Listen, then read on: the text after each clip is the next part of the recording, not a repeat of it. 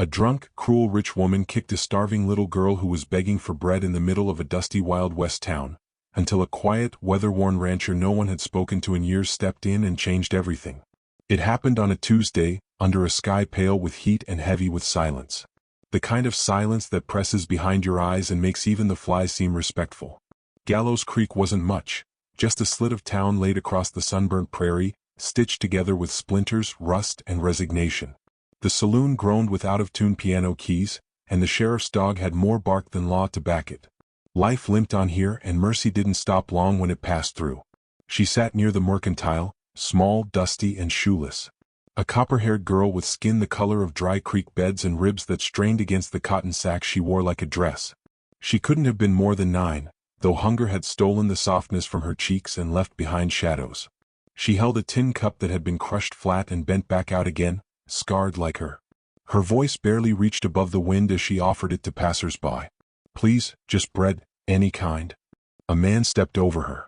A woman clutched her child closer. Most didn't even look. Then the black carriage arrived, painted so glossy the sun threw knives off its sides. The horses wore silver bridles, eyes wide like they knew they didn't belong here. The door opened with a hiss of velvet and disdain, and the crowd stiffened. Out stepped her. Heloise Van Strickland. Widow of Bernard Van Strickland, the rail magnate who'd gouged half the frontier for steel and gold. She was draped in wine-red velvet that shimmered when she moved, though it clashed with the pallor of her skin and the red of her nose. Her hat looked like a wounded pheasant, and her gloves were too white to trust. The heat didn't touch her, only the attention.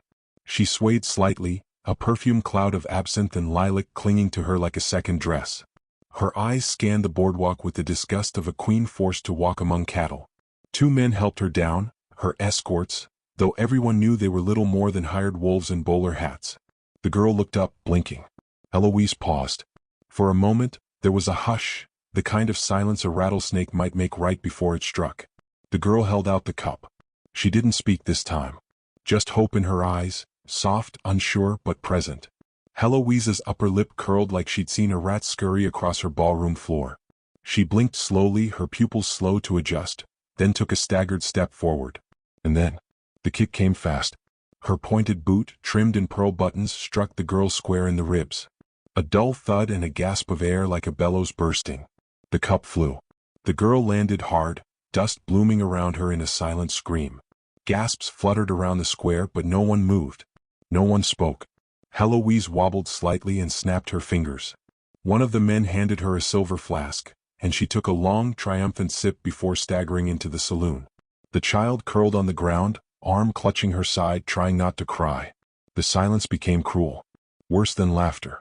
It was the sound of everyone deciding not to care. Except one man. He stood at the edge of the street, coat worn thin from years of dust and Saddle Creek. A wide-brimmed hat shadowed his eyes, though the line of his jaw was carved hard and angry. He looked like a man who hadn't smiled in years and didn't miss it.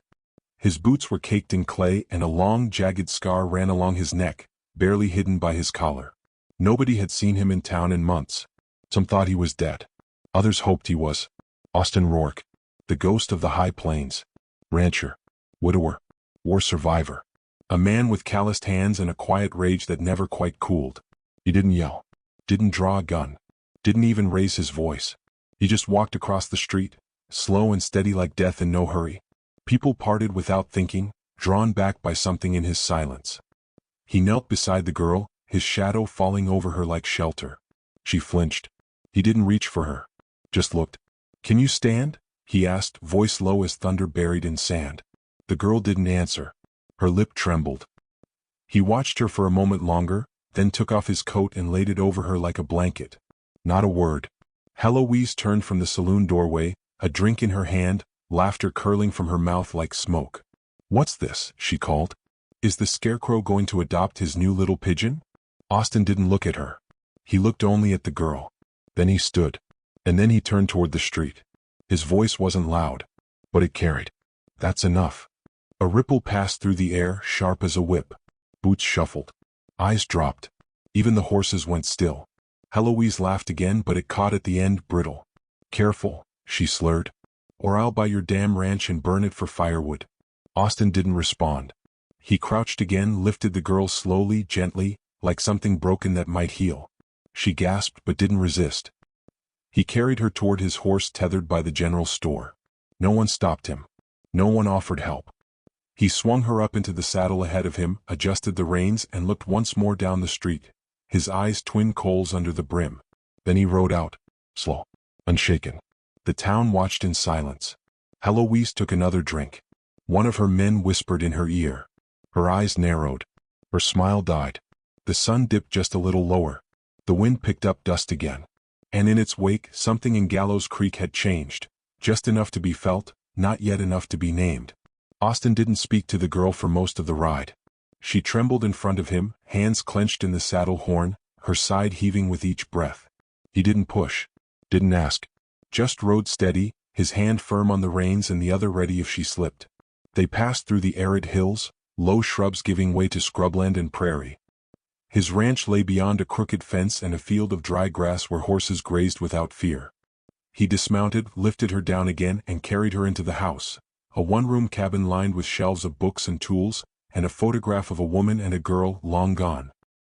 He laid her on a cot by the fire, lit a lamp, and fetched water without a word. She stared at him, trying to understand.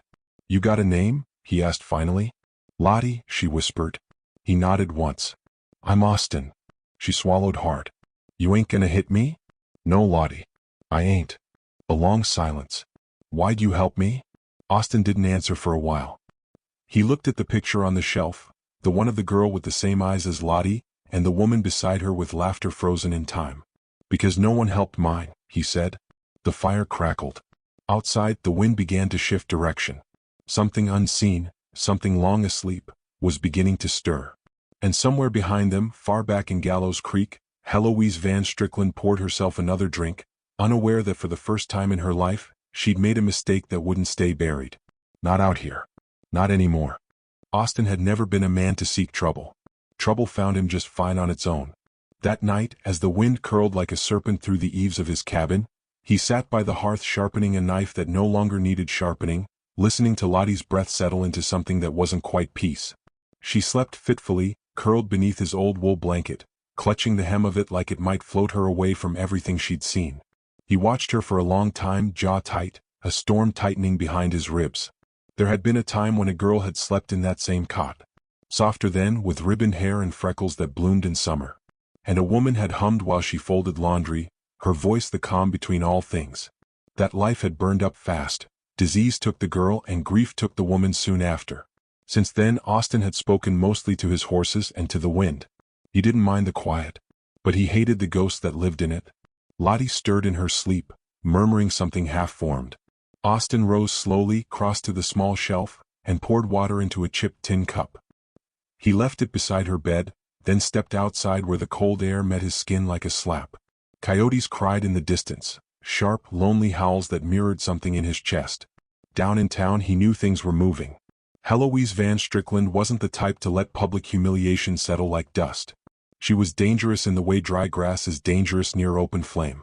Her pride was deep-rooted, fed on fear and entitlement, and what Austin had done in front of that saloon, lifting that girl up where Heloise had kicked her down, was more than just a gesture.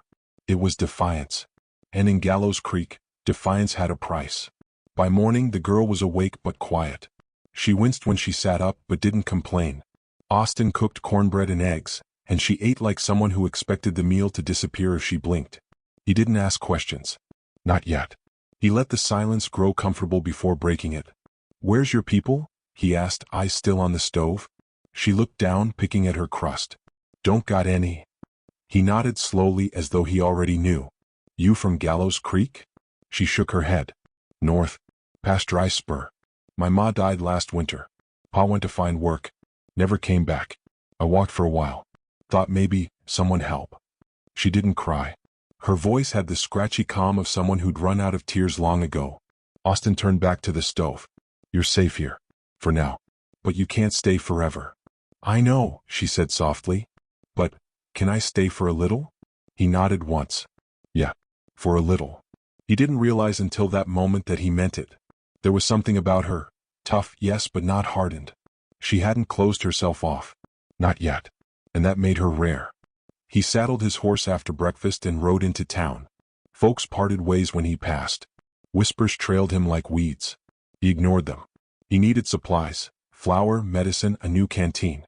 But when he stepped inside Thompson's Mercantile, he found more than he bargained for. Elijah Krausby stood by the counter, arms crossed, face slick as oil. Sheriff by title, coward by nature.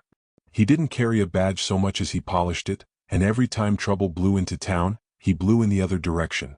Well, Elijah said, tipping his hat mockingly. If it ain't the desert hermit himself. Sheriff, Austin said evenly, setting down a small sack of coins. Word is you went soft yesterday, Elijah continued, his smile thin. Liftin' some stray girl out of the dirt like she's your kin. Heroes work that. Austin didn't answer. Elijah leaned in. You riled up the widow. She's talking about trespassing laws. Child theft. Interfering with property. She ain't property, Austin said, voice low but sharp. No, but the widow thinks everything she steps on belongs to her. He laughed once. Just saying, you might want to watch yourself. She's got reach. Friends up the hill. I don't care who she's got, Austin said, picking up the bag. She lays a hand on that girl again, she'll lose it. Elijah stiffened but said nothing more. As Austin left the store, he saw something on the notice board, a rough charcoal sketch. A girl with wild hair, a thin frame and sharp eyes. Lottie. But beneath the drawing it didn't say missing or lost. It said wanted, runaway theft. Austin tore it down. By the time he returned to the ranch, his thoughts had gathered like thunderheads. Lottie was outside, feeding one of the horses apples with both hands. She smiled a little when she saw him. It caught him off guard, how natural it looked on her face, like the sun coming out in winter. He handed her the small sack. Some salve for your ribs. And jerky. Thank you, she said, eyeing him like she didn't quite understand why anyone would bother. He thought about that wanted poster. Thought about the look in Elijah's eyes. Trouble was coming. The kind that kicked indoors and called it justice. You didn't steal nothing, did you? He asked quietly. She blinked, then lowered her gaze. Just a loaf of bread. And a coat. It was cold. Austin nodded. Don't matter to me. Just means they're looking to. Are you gonna send me back? He looked out over the dry field. No. But we gotta be smart. That night she helped him water the animals. She asked questions about the horses, the brands, the way the well pump worked. She was quick. Observant. Not scared of getting her hands dirty. When the stars came out, she sat beside him on the porch steps, her legs dangling. You ever lose someone? She asked. He didn't answer right away. Then, yes. My wife and daughter. What were they like? He thought about it for a long time. My wife was louder than I was. She sang about everything. She had this way of looking at you like you were the last good thing left. My daughter, her name was June, she once made friends with a rattlesnake. Fed it eggs till I found out. Never got bit. Lottie smiled. Sounds like a nice kind of crazy. She was. Silence again. Then, her voice barely a whisper, do you think some people just ain't meant to be wanted? Austin turned. You're wrong about that. She shrugged. Feels like it. He leaned back. There's folks who want power. Folks who want gold. Then there's folks who just want someone to come home to. Problem is, the first two types usually get there first. She didn't say anything. But she leaned just a little closer. In town, Heloise Van Strickland sat behind her parlor window with a cigar and a law book. She'd already hired 2 bounty men. One had scars on his knuckles like brass studs. The other didn't talk at all. They rode out before sunrise, following whispers and hoofprints and the scent of defiance. But up on the ranch, Austin taught Lottie how to use a hammer without splitting the handle. She fixed a fence post. She made a rag doll out of old socks and straw. And for the first time in a long time, someone in Gallows Creek remembered how to feel safe. For now. The knock came just after dawn, crisp and heavy. Not the kind you mistake for wind or friendly neighbor. Austin was already at the table, cleaning his rifle. Lottie sat cross-legged on the floor, threading buttons onto a length of twine, humming a song with no tune. The moment the sound echoed off the door, the hum died. Her hands stilled. Austin rose without haste. He looked at her once, brief, calm, and set the rifle on the counter behind him. His boots made a hollow thud on the wood as he crossed to the door and opened it. 2 men waited outside. One was tall and lean, with a scar across his cheek like a whip mark and a mustache that didn't match his eyebrows. The other was shorter, thicker, with hands that looked like they'd broken more than fences. Both wore dust-colored coats and carried revolvers that weren't for show. Mornin', Rourke, the tall one said. Name's Grady. This here's Hoyt. We're workin' for the widow." Austin didn't speak. The shorter man, Hoyt, nodded once, his eyes flicking to the window where Lottie's shadow had vanished. "We hear you're harborin' a thief," Grady said, his tone polite but loaded. "Young girl, red hair, run off with something from the Van Strickland property." Austin leaned one shoulder against the doorframe. "She stole a crust of bread and a coat. A coat made from imported wool. Worth $80, Grady said. "Widow says it was sentimental. Belonged to her late husband." "Then she ought to stop leaving it out in the open," Austin muttered. Grady smiled thinly. "Look, Rourke, we don't want no trouble. But we were told to bring the girl back, one way or another." "She's not property," Austin said. Hoyt's jaw tightened. "Law says she's a fugitive." "Law says a lot of things," Austin replied, voice even.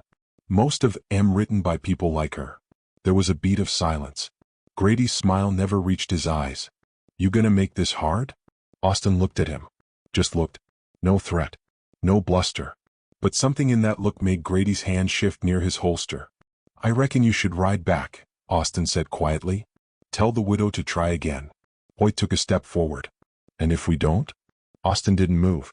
"Then next time I'll answer with more than talk." The two men stared for a long moment. Then Grady sighed and tapped Hoyt on the shoulder. "Come on. Not worth getting bloody just yet." They mounted their horses and rode off, leaving a cloud of dry dirt hanging in the morning light. Inside, Lottie stood near the hearth, pale but steady. "They're gonna come back," she said. "Yes," Austin replied. "You'll get in trouble." He didn't answer that. Instead, he crossed to the table, picked up his coffee cup, and drank as though it were just another morning. She followed him with her eyes. "You always like this? Not scared of nothing?" He smiled faintly. "Ain't about fear. It's about what you'll stand for." Her hands twisted in her skirt. "I don't want you hurt. Then we teach you to stand too." That afternoon he showed her how to hold a rifle. Not to shoot, not yet, just how to stand. How to breathe. How to aim without flinching. She was smaller than the stock, but steady. He adjusted her elbow gently and said, "You don't always need to fire. But you should know how." They practiced until the sun tipped west, painting the hills with long shadows. Then they rode the fence line together, checking posts and wire. She asked questions again, more this time, about how to read tracks, how to know when a storm was coming by the way the sky changed color. She was quick. He saw it. And more than that, she wanted to learn. Not just to survive, but to belong. When they returned, there was a parcel on the doorstep. Wrapped in fine silk, too fine for the prairie. Inside was a note written in elegant script. "There's still time to return what's mine. If not, the consequences will fall on you both. H."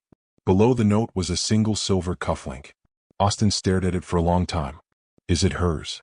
Lottie asked. "No," he said. "It's mine." She blinked. "What?" He held it in his palm. "My wife gave me this. Before she passed. Heloise had it stolen from my home months ago. Said I owed her for water rights." "Why's she doing this?" Austin's voice was quiet. "Because I make her feel powerless." That night, the ranch didn't feel like shelter. It felt like a target. Austin sat with his back to the window, cleaning his rifle again. He made Lottie sleep in the back room, under the old quilt, with the door locked and a knife beneath her pillow. Outside, coyotes howled louder. But it wasn't them Austin feared. By morning, smoke curled over the ridge. Not from his ranch, but close. The neighboring farm a mile east. The Fergusons. Good people. Their barn had burned to the ground. No one saw who lit it. But Austin knew. Message sent. He tightened the cinch on his saddle and rode to town. This time, when he stepped into the saloon, silence followed him. Elijah was there, nursing a drink he hadn't paid for. Grady and Hoyt sat at a table near the door, playing poker with mismatched coins. Heloise stood behind the bar like she owned it because she did. "Sheriff," Austin said. Elijah looked up, slow and tired. "Now's not the time." "It is," Austin said. "You got men burning out honest folk. That neighbor of mine, they had children in that house. They're lucky to be alive." Elijah shifted. "Ain't got proof who did it." Austin turned to Heloise. "Call your dogs off." She sipped her wine, not bothering to hide her smirk. "You speak awful brave for a man with so little left." "I got more than you think," Austin said. "I've got someone worth protecting." Grady stood slowly. "You're outnumbered." "Maybe," Austin said. "But numbers don't matter when you're wrong." Hoyt reached for his belt. The saloon held its breath. Then Heloise laughed, A cold, rich sound. "Stand down, boys. Let the ghost talk." She leaned forward, eyes glittering. "You think she's special, this little rat? You think she's the first to beg me for crumbs and get taught a lesson? She's nothing." Austin stepped forward, slow and calm. "Then why are you scared of her?" The smile faded from her face. He held her gaze for a beat longer, then turned and walked out. By the time he got back, Lottie was waiting with a rifle in her hands. It wasn't loaded, but her stance was right. "They're not going to stop," she said. "No," Austin agreed. "But neither will we." She looked up at him. "Can we win?" "I don't know," he said honestly. "But we can stand. And sometimes that's enough." That night, thunder rolled in across the hills. The kind that didn't carry rain, just sound and fury. Lottie didn't sleep. Neither did Austin. They sat on the porch, eyes on the dark horizon.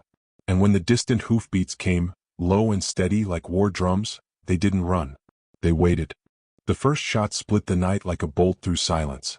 It wasn't aimed to kill, just a warning, a spark to ignite the fire that had been simmering under Gallows Creek's dusty skin for too long. Austin was already on his feet before the echo died out. He moved like a man born into trouble, steady and practiced, his rifle in one hand, his other gripping the lantern that threw long, swaying shadows against the cabin walls. Lottie crouched near the window, clutching the knife he'd given her days ago.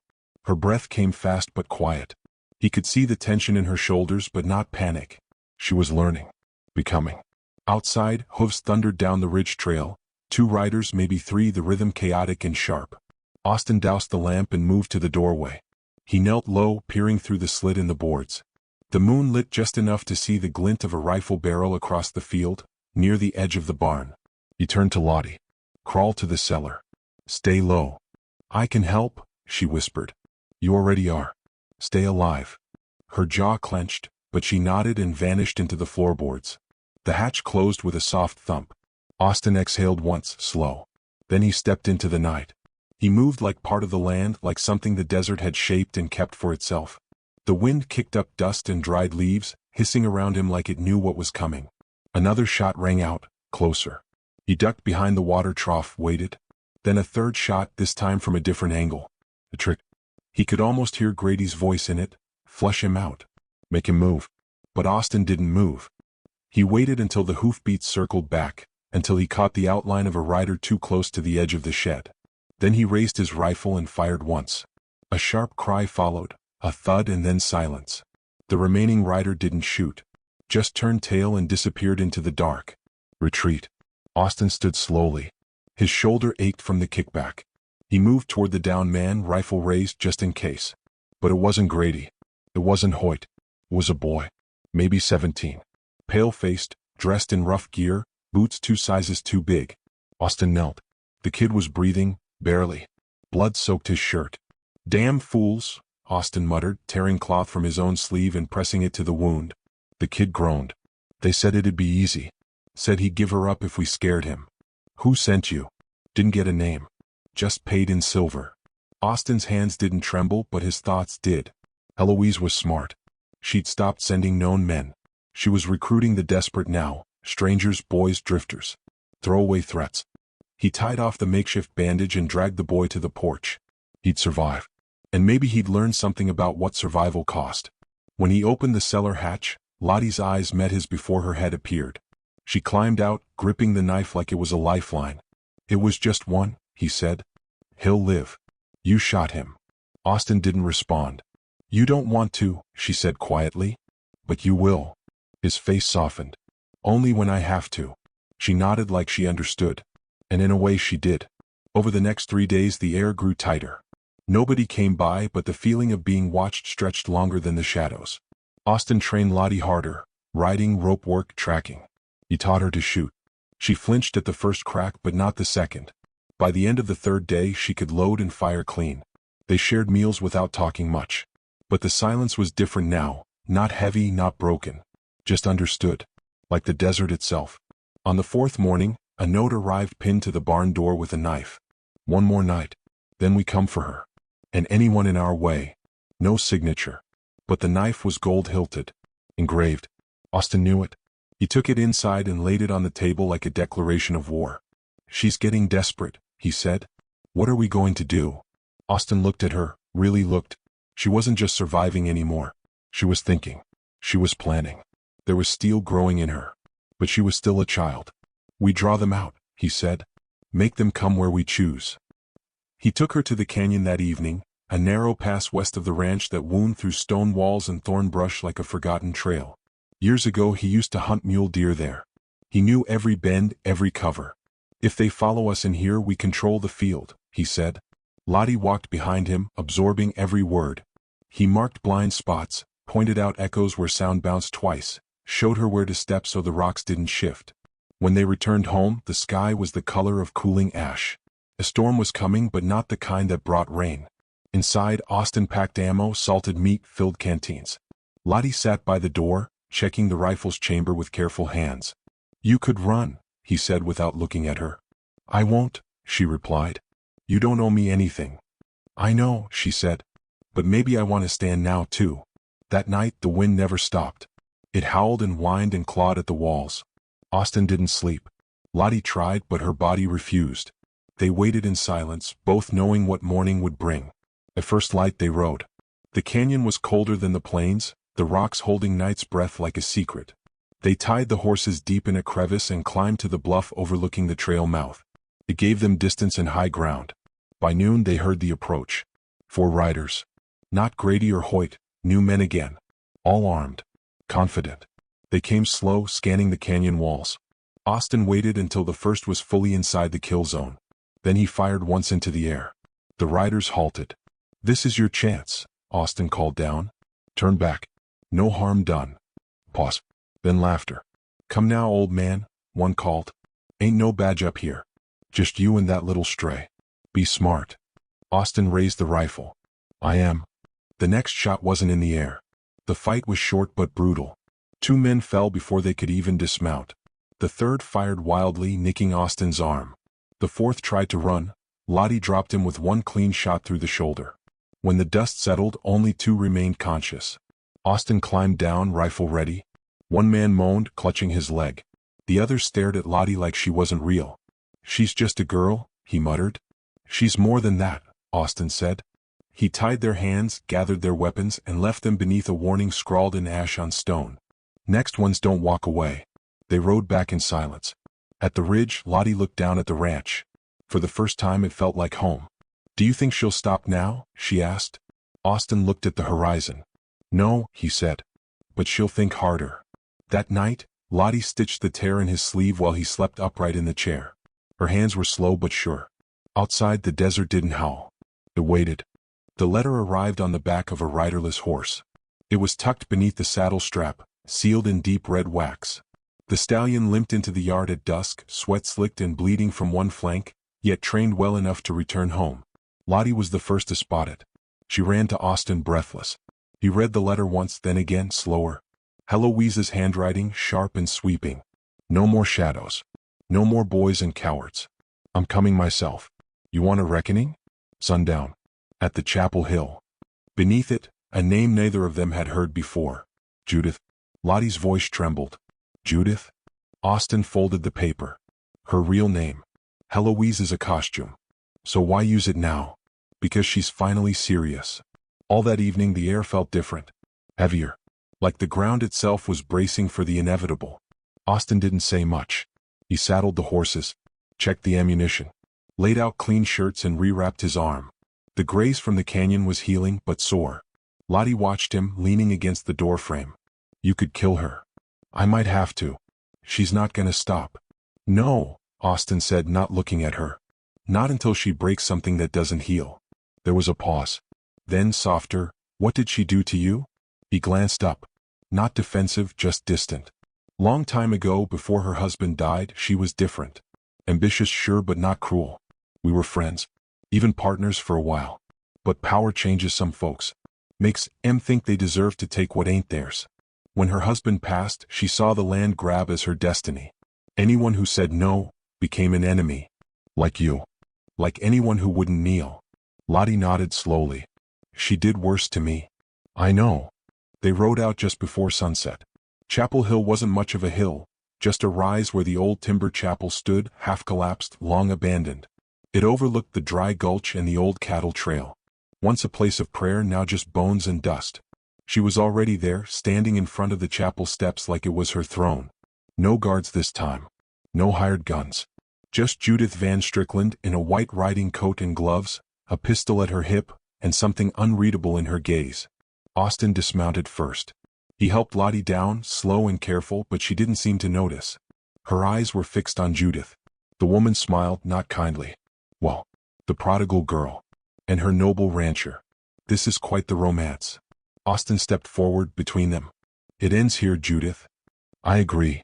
She drew her pistol slowly, not to fire, not yet. Just to hold. Lottie's breath caught. Her fingers flexed near her belt. Judith noticed. Careful, little fox. I'm not here to shoot first. That's for you two to decide. Austin didn't blink. You think showing up alone makes you brave? No. It makes me right. She walked slowly along the chapel wall, trailing her fingers against the stone. You think I'm some monster who kicks beggars and steals from the weak. You think I built my world on cruelty. But let me ask you this, Austin. How long do you think your precious land would have lasted if not for me driving the parasites out? They weren't parasites. They were families. They were weak. Lottie stepped forward now, her voice tight. You kicked me. I asked for bread and you kicked me. Judith turned. You begged with your eyes, not your words.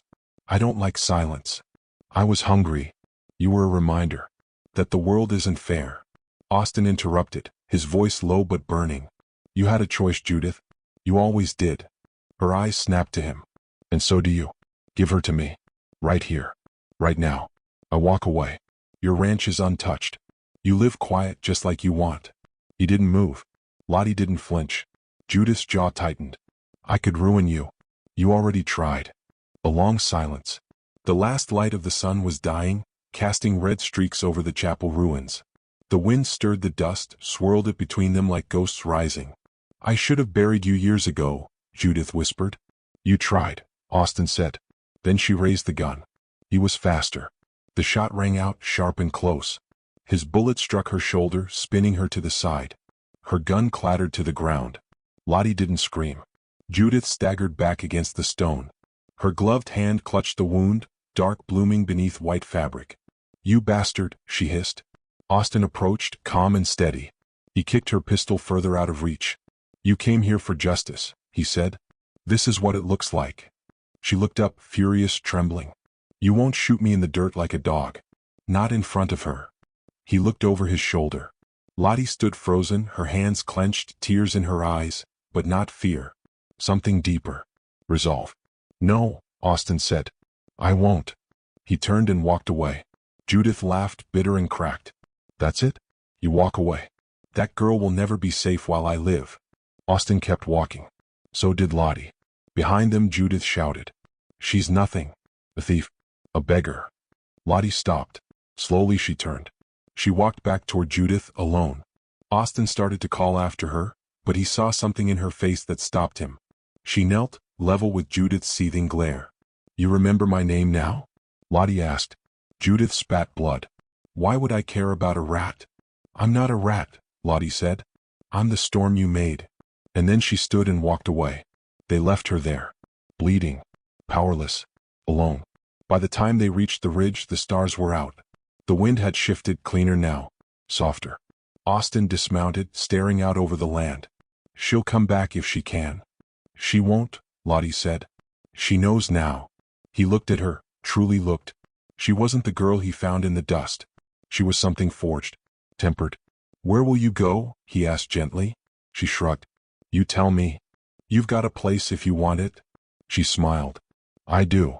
They rode home in silence. But this time it wasn't heavy. This time the silence was peace. And though no one ever saw Judith Van Strickland again, rumors whispered through saloons and across campfires. Some said she died. Some said she vanished to the east. But Austin never spoke of her again. And Lottie became part of the land. She grew strong, learned fast, rode hard, laughed louder. She carried scars, sure, but she wore them like armor. Years later, folks would speak of a girl raised by the desert, taught by a man who'd once stood against the richest name in the West. They'd say she shot straight, worked harder than any ranch hand, and never backed down from a fight. And when asked about the day she found her home, she'd just say, I was kicked, but I got up.